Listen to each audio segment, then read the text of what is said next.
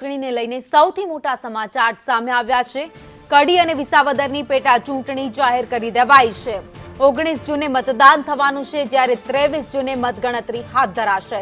26 મેથી ફોર્મ ભરવાની શરૂઆત થશે।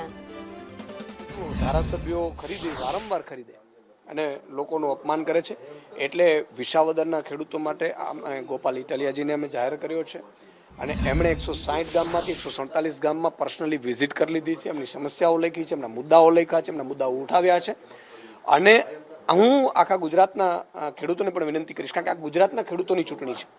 આ માત્ર આમ આદમી નથી લડી રહી, આ માત્ર ગોપાલ ઇટાલિયાજી નથી લડી રહ્યા, આ ગુજરાતના ખેડૂતો ચૂંટણી લડી રહ્યા છે।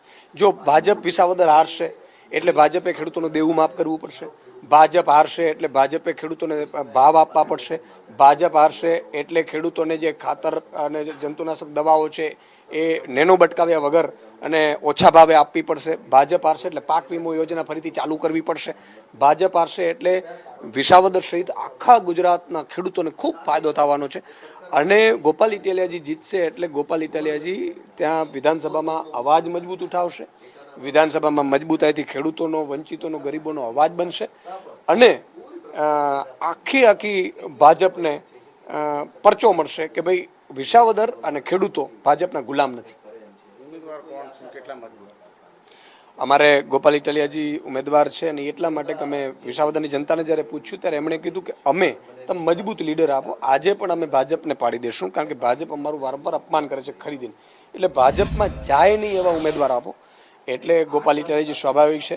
એટલે માનનીય અરવિંદ કેજરીવાલજીને મેં ગોપાલ ઇટાલિયાજી સાથે વાત કરી અમારી સમિતિએ, એમને લડવા માટે હામી ભરી અને ગોપાલભાઈ ઇટાલિયા છે એ બે સરકારીઓ નોકરીઓ છોડીને પ્રજાની જનતા માટે ઉતર્યા છે।